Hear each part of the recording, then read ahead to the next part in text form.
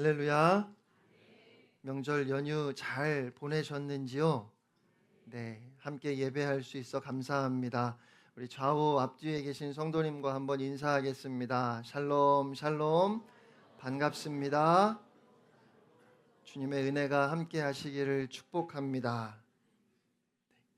이번 주 금요일이 10여전도의 헌신 예배입니다. 여러분 특별히 기억하시고 많이 나오셔서 기도해 주시고 격려해 주시면 좋겠습니다.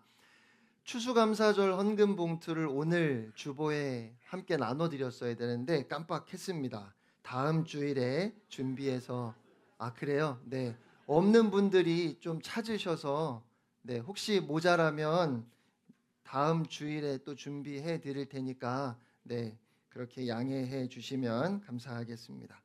한번 따라하겠습니다. 아버지의 나라가 임하소서. 선거철만 되면 항상 듣는 구호가 정권, 심판, 새로운 나라 이런 말들입니다. 오늘 우리는 민주적인 방법으로 얼마든지 정권을 교체할 수 있지요. 하지만 과거에 왕이 통치하던 시대에는 왕권 교체나 새로운 나라를 입에 담는 것 자체가 사형감이었습니다. 가까이 조선시대만 하더라도 왕이 너무 나이가 들어서 이제 왕위를 세자에게 스스로 물려주겠다 할지라도 모든 신하들은 다 통촉하여 주시옵소서 이렇게 얘기해야 했고요. 그 중에도 세자는 납작 엎드려서 이 대역죄인을 죽여주시옵소서 이렇게 이야기를 해야 했습니다.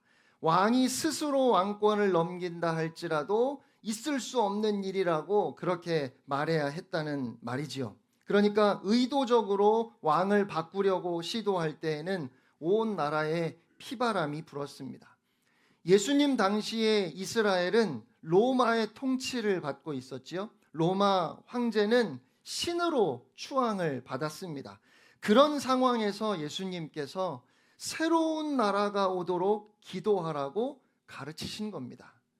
일제강점기에 대한독립만세를 외치는 것과 비슷합니다. 대역죄인으로 몰려서 죽을 수도 있는 그런 위험한 기도를 지금 제자들에게 가르치시는 거예요.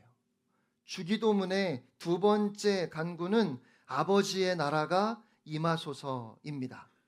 헬라어 기도문의 나라가 바실레이아인데요. 헬라어로 바실리우스가 왕이라는 뜻이에요. 그냥 얼핏 들으셔도 비슷하지요. 그러니까 여기서 나라는 국민에게 주권이 있는 공화국이 아니라 왕이 통치하는 왕국입니다. 결국 주기도문은 왕을 모시는 기도, 하나님을 왕으로 선포하는 기도입니다. 하나님의 나라에서 가장 핵심적인 요소는 왕권, 통치권이지요. 그래서 제섭 유니버시티의 데이버드 팀스 교수님은 아버지의 나라가 임하옵소서라는 이 기도는 곧 내 나라가 끝나게 하소서라는 의미라고 그렇게 이야기했습니다. 여러분 오늘 설교를 통해서 이 한 가지만 기억하셔도 좋겠습니다. 아버지의 나라가 임하소서라는 이 기도의 의미는 내 나라가 끝나게 하소서라는 뜻이에요. 그리스도인은 내 나라를 내려놓고 하나님의 나라를 소망하는 사람들이지요. 이 땅에서 하나님 나라의 백성으로 살아가는 사람들입니다. 동방에서 박사들이 예루살렘에 왔을 때 처음에는 헤롯이 별 관심을 두지 않았습니다. 예루살렘은 꽤 큰 도시였고 특별히 교통의 요지였기 때문에 동방에서도 서방에서도 여기저기에서 많은 사람들이 오고 갔습니다. 박사도 오고 장사꾼도 왔을 겁니다. 동방 박사들은 그렇게 많은 방문자들 중에 하나였을 뿐입니다. 그런데 그들이 이렇게 말했습니다. 마태복음 2장 2절 말씀을 보니까 유대인의 왕으로 나신 이가 어디 계시냐? 우리가 동방에서 그의 별을 보고 그에게 경배하러 왔노라. 내가 왕인데, 내가 여기 두 눈 시퍼렇게 뜨고 살아있는데 내가 알지 못하는 무슨 왕이 태어났다는 말이냐? 유대인의 왕으로 나신 이가 어디 계시냐는 그 말에 헤롯이 화가 났지요. 경노한 헤롯은 결국 군대를 보내서 베들레헴과 그 주변에 2살 이하의 사내 아이를 다 죽이는 끔찍한 일을 저지르고 맙니다. 여러분, 왜 이런 비참한 일이 벌어졌을까요? 예수님이 왕으로 오셨기 때문입니다. 왕이 아니라 제사장으로 오셨다면 헤롯이 칼을 빼지는 않았을 겁니다. 세례 요한과 같은 선지자로 오셨다면 마음에 들진 않았어도 이렇게 극단적으로 대처하지는 않았을 거예요. 랍비로, 율법 교사로 오셨다면 눈길도 주지 않았을지 모르겠습니다. 그런데 예수님은 왕으로 오셨습니다. 그래서 헤롯은 칼을 들었습니다. 다른 건 몰라도 내가 왕인데 나 외에 다른 왕을 용납할 수는 없는 겁니다. 그러니까 참 잔인했지만 헤롯은 지극히 왕답게 행동한 거예요. 왕으로서 다른 건 몰라도 다른 왕은 절대로 용납할 수 없지요. 그런데 오늘 예수님께서 가르쳐 주시는 주기도문은 정확하게 바로 그것을 요구합니다. 나 말고 진짜 왕을 모시라는 겁니다. 그래서 주기도문은 양위의 기도, 왕권을 넘겨드리는 기도예요. 내 인생의 주인된 자리를 참 주인이신 하나님께 내어드리는 기도라는 말입니다. 그런데 이게 말처럼 쉽지 않습니다. 지금도 이 땅에 수많은 헤롯이 살아갑니다. 멀리 있지 않습니다. 내 안에 있습니다. 내가 내 삶의 주인이 되려고 할 때 내가 바로 헤롯입니다. 내 생각, 내 감정이 가장 중요해서 내가 원하는 대로 하려고 한다면 내가 헤롯이지요. 꼭 손에 칼을 들고 어린 아이들을 죽여야만 헤롯인 것은 아닙니다. 어쩌면 지극히 평범하다 싶은 우리의 일상의 삶이 지난 한 주간만 돌아보아도 우리가 헤롯으로 살았어요. 그래서 예수님은 우리에게 기도를 가르쳐 주시면서 너희가 이렇게 기도해라 하십니다. 아버지의 나라가 오게 해 주십시오. 우리의 삶에 하나님의 통치가 이루어지기를 구하는 기도입니다. 다른 말로 하면 하나님, 나는 절대로 헤롯이 되지 않게 해 주십시오. 오늘 기도가 조금 어색하지요. 흔히 우리는 예수 믿어서 천국에 간다고 그렇게 이야기하잖아요. 그런데 오늘 예수님이 가르쳐 주시는 기도를 보니까 아버지의 나라가 임하시옵소서, 아버지의 나라가 오게 해 주십시오. 천국이, 하나님의 나라가 임하는 겁니다. 그 방향성이 완전히 다르지요. 예수 믿어서 천국 간다고 하는 우리에게 가긴 어딜 가냐고 예수님께서 그렇게 말씀하시는 것 같아요. 반대로 하나님의 나라가 임하는 것이라고 하십니다. 하나님께서는 하나님이 창조하신 이 세상을 결코 버리지 않으십니다. 오히려 지극히 사랑하신다고 말씀하시지요. 그러니까 진정한 신앙은, 진짜 믿음은 우리가 외면하고 버리고 싶은 이 현실을 버리지 않으시는 하나님과 함께 그 현실과 세상 한복판을 뚫고 지나가는 겁니다. 죽음을 뚫고 부활에 이르는 것이고 악한 세상을 통과해서 의와 평강이 있는 새하늘과 새 땅에 이르는 것입니다. 신앙은 아무것도 피하지 않는 겁니다. 주님은 세상을 버리지 않으시고 사랑하셔서 찾아오셨습니다. 사람들을 버리지 않으시고 사람의 몸을 입으시고 그들과 함께 거하셨지요. 우리 주님이 죄와 악과 죽음을 외면치 아니하시고 십자가로 승리하신 것처럼 신앙이란 하나님께서 버리지 않으시는 이 모든 것을 나도, 우리도 버리지 않고 회복하는 것입니다. 우리 하나님은 나도 버리고 싶은 나를 사랑하시는 아버지이십니다. 우리가 외면하고 싶은 그 버려진 자를 찾아가시는 분이 하나님 아버지셔요. 구원받는다는 것은 악으로부터 도망치는 것이 아닙니다. 악을 선으로 이기는 것이지요. 십자가 진리와 은혜로 이 세상을 살아내는 것이, 하늘의 능력으로 이 땅 가운데 승리하는 것이 구원받은 하나님의 백성의 삶이에요. 그래서 성도는 절대로 현실을 피해서는 안 됩니다. 오히려 우리의 삶의 모든 영역에서 왕이신 하나님의 통치가 드러나게 해야 합니다. 그것이 오늘 예수님께서 가르쳐 주시는 기도예요. 아버지의 나라가 임하시옵소서.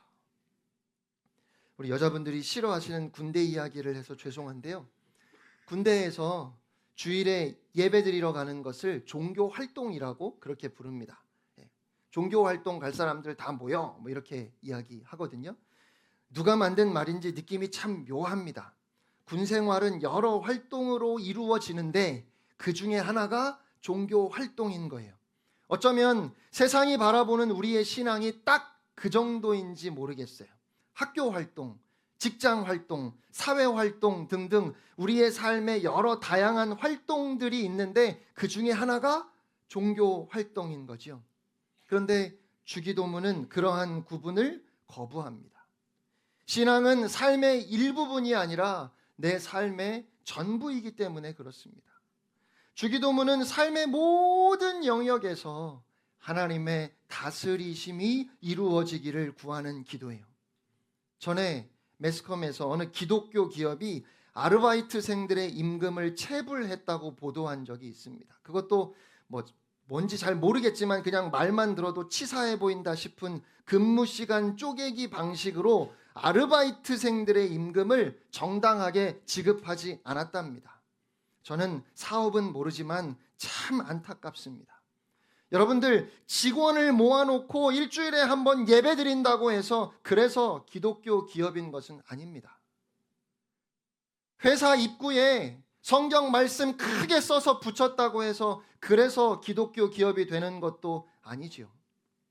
회사 경영에 직원들을 대하는 태도에 있어서 하나님의 다스리심이 드러나야 그래야 기독교 기업인 겁니다. 하나님께서 그 회사의 주인이셔야, 왕이 되셔야 그래야 기독교 기업이지요. 여러분, 혹시 오늘 교회 나오시는 것이 오랜만에 하나님 면회 오시는 것은 아닙니까?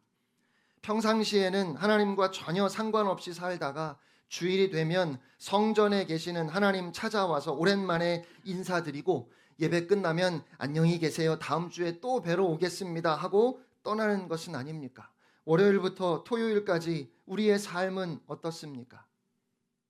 하나님과는 별 관계가 없는 것 같습니다. 그래도 괜찮은 것처럼 보입니다. 어차피 우리는 세상 속에서 세상의 유혹을 받을 수밖에 없고 마음은 원이로되 육신이 약해서 죄를 지을 수밖에 없으니 일주일에 한 번 교회에 와서 회개하고 깨끗해져서 다시 월요일부터 죄 지을 준비를 하고 돌아가면 되는 거죠.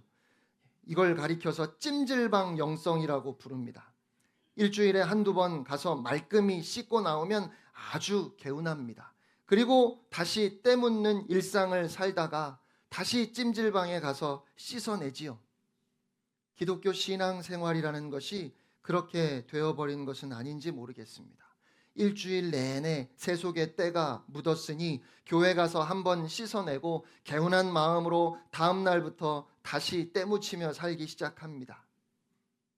그러한 모습은 목회자들이 기독교인이 이 사회에서 어떻게 살아갈 것인가가 아니라 교회 안에서 어떻게 할 것인가만 가르쳤기 때문에 생겨났을 겁니다.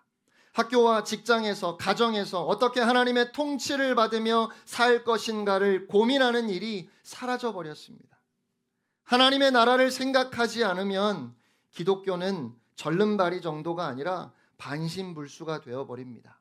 머리는 살아있는데 몸은 조금도 움직이지 못하는 모습. 이것이 하나님의 나라를 잃어버린 한국 교회의 문제이고 오늘 우리의 문제는 아닙니까?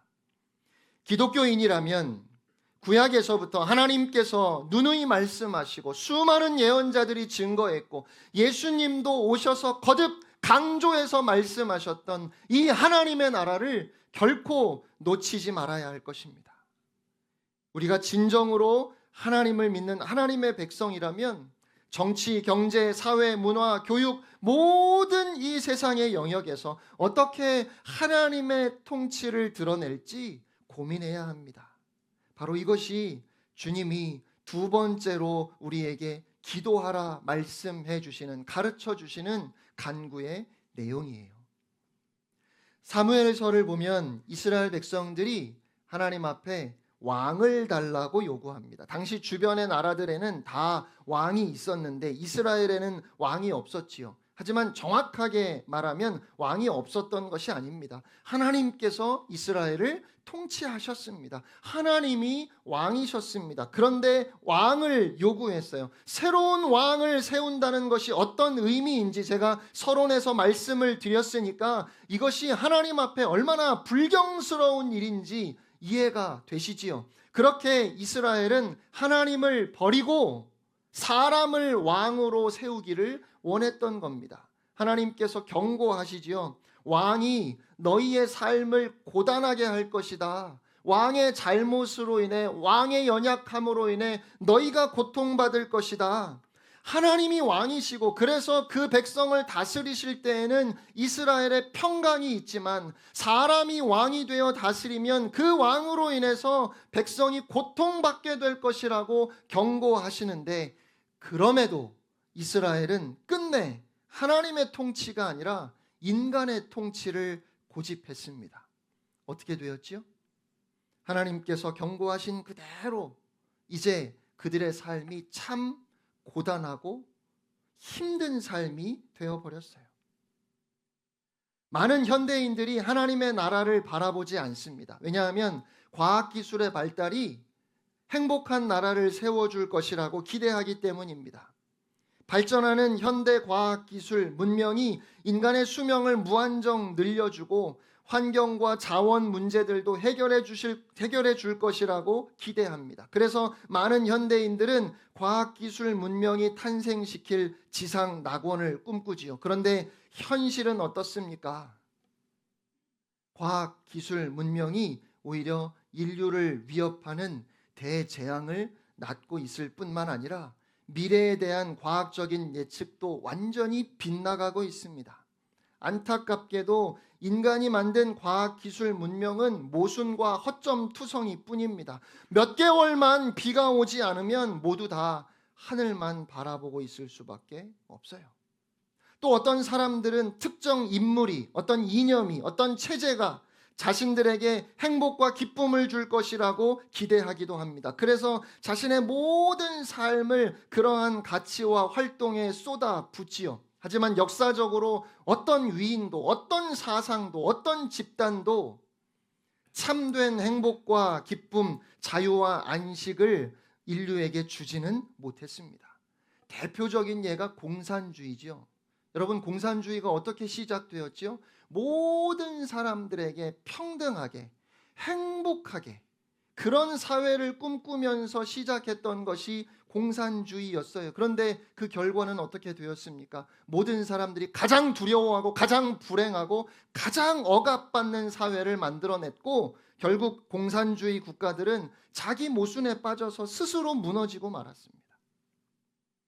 사람이 세상을 다스리려면 이 세상의 모든 것을 통제할 수 있는 능력이 있어야 하지요. 모든 사람의 삶을 주관할 수 있는 능력도 있어야 합니다. 그런데 인간에게는 그럴 수 있는 능력이 없어요.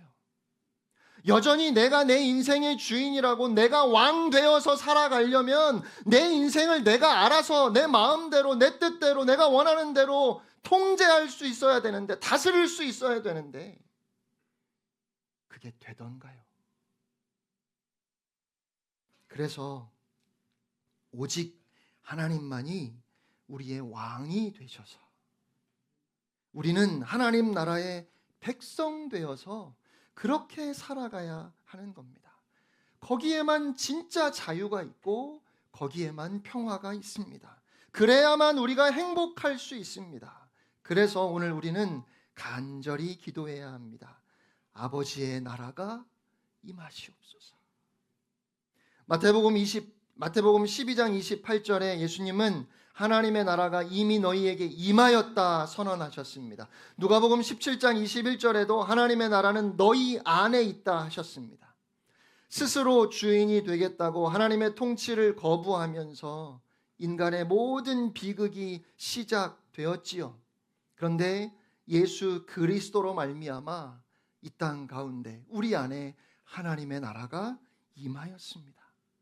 예수 그리스도가 이 땅에 오심으로 하나님의 나라가 임하였고, 그 하나님의 통치가 회복되는 거기에는 모든 죄악과 질병과 고통과 귀신들이 다 내쫓겨 나가는 줄로 믿습니다. 빛이 들어오면 어둠은 물러날 수밖에 없지요. 하나님의 나라가 들어오자 어둠의 나라는 그냥 밀려 나가는 것입니다. 예수님이 가시는 곳곳마다 치유와 회복의 역사가 일어난 것은 바로 그 때문입니다. 예수님의 통치 아래에서 사람들은 그 삶의 진정한 의미를 발견하게 되고 만족을 누리게 되고 회복되게 되었습니다. 예수님이 육신을 입고 이 땅에 오셨어요. 예수님이 곧 하나님의 임재였고, 하나님의 임재가 나타나는 곳에 하나님의 통치가 임하게 되는 겁니다. 예수님의 말씀을 듣고 믿음으로 그 통치 안에 들어간 자들은 하나님의 다스리심 안에서 회복의 은혜를 경험하게 되는 것입니다. 그런데 여러분, 정말 놀라운 것은 이 하나님의 나라가 평범한 사람들에게 임하였다는 것입니다. 아니, 별 볼 일 없는 사람들에게 임하였습니다. 심지어는 죄인이라고 손가락질 받는 사람들에게 임하였습니다. 여러분, 이것이 하나님 나라의 특징입니다. 하나님이 훌륭하고 똑똑하고 실패를 모르는 성공한 사람들만 찾으셨다면 여러분은 모르겠지만 저는 그 나라에 낄 수 없을 겁니다. 그러나 하나님은 흠이 많고 부족한 저 같은 사람을 부르셨습니다. 어떤 사람들은 나는 아직 하나님의 나라에 합당하지 않다고, 내가 준비가 안 되었다 생각해서 예수님의 초청에 응하지 않아요. 그러나 하나님의 나라는 준비된 사람들에게 임하는 나라가 아닙니다. 준비되지 못한 사람들에게도 오직 은혜로 십자가의 능력으로 임하는 나라가 하나님의 나라입니다. 예수님은 그렇게 하나님의 나라를 선포하셨을 뿐만 아니라 십자가에서 우리를 위하여 죽으심으로 모든 죄의 문제를 해결하셨고, 부활하심으로 죽음의 문제까지 해결하셨습니다. 그리고 하나님의 보좌 우편에 앉으셨지요. 이제 우리는 믿음으로 예수님이 나의 하나님, 나의 왕 되심을 고백하기만 하면 우리는 하나님 나라의 백성이 됩니다. 본질상 진노의 자녀였던 우리가 하나님의 자녀가 되고, 마귀의 지배 아래 고통당하고 신음하던 우리가 사랑과 은혜와 긍휼이 풍성하신 하나님의 보호 아래 거룩한 하나님의 백성으로 살아가게 되는 것입니다. 여러분, 하나님이 왕이 되신다는 건 하나님이 우리를 보호하신다는 거예요. 대한민국 국민은 대한민국 정부가 보호하지요. 그러면 하나님 나라 백성은 하나님께서 보호하십니다. 대한민국 국민 뒤에 대한민국 정부가 있고 대한민국 군대가 국민을 보호하는 것처럼 우리 뒤에 만군의 주 여호와 하나님이 계시고 하나님의 천군 천사가 우리를 보호한다는 거예요. 의로우신 하나님이 다스리실 때 거기에 의가 있습니다. 하나님의 나라는 공의로우신 하나님께서 다스리시기에 아모스 5장 24절 말씀처럼 오직 정의가 물같이 공의가 마르지 않는 강같이 흐르는 나라입니다. 평화의 왕이 통치하시면 거기에 진정한 평화가 있지요. 그래서 하나님의 나라는 미움도 없고 갈등도 없고 오직 서로를 향한 배려와 사랑이 넘치는 나라입니다. 하나님의 나라는 이상한 동물원 같은 나라입니다. 이사야 11장 6절로 8절 말씀 우리 함께 읽을까요? 시작. 그때 이리가 어린 양과 함께 살며 표범이 어린 염소와 함께 누우며 송아지와 어린 사자와 살찐 짐승이 함께 있어 어린 아기에게 끌리며 암소와 곰이 함께 먹으며 그것들의 새끼가 함께 엎드리며 사자가 소처럼 풀을 먹을 것이며 젖 먹는 아이가 독사의 구멍에서 장난하며 젖된 어린 아이가 독사의 굴에 손을 넣을 것이라. 아멘. 이리가 어린 양이랑 함께 뒹굴고요. 표범이 염소랑 같이 논답니다. 사자가 소 곁에 나란히 엎드려서 풀을 뜯어 먹습니다. 여러분, 이런 세상이 가능할까요? 무한 경쟁과 약육강식에 익숙한 우리에게는 그야말로 사자가 풀 뜯어 먹는 소리 같습니다. 그런데 우리가 살아가는 세상이 이러면 정말 좋겠습니다. 어떻게 이런 나라가 가능할까요? 오늘 예수님께서 우리에게 기도하라 하십니다. 아버지의 나라가 임하옵소서. 하나님의 나라는 우리가 세우는 나라가 아닙니다. 우리에게 임하는 나라지요. 우리가 추구해야 할 나라이지만 우리의 손으로 이루어가는 나라는 아닙니다. 주님의 능력으로 세워지고 주님의 은혜로 우리 가운데 임하는 나라입니다. 그래서 기도해야 합니다. 아버지의 나라가 임하소서. 우리 하나님의 통치 아래 있을 때 우리는 비로소 평안을 얻을 수 있습니다. 우리의 삶에 하나님의 주권이 드러날 때에만 비로소 참된 만족과 행복을 누릴 수 있는 것입니다. 사랑하는 성도 여러분, 새롭게 마주하는 한 주간도 여러분의 삶의 자리에서 모든 순간순간에 하나님의 통치를 인정하며, 그래서 하나님의 인도하심과 하나님의 보호하심을 누리며 살아가는 여러분 모두가 되시기를 주님의 이름으로 축복합니다.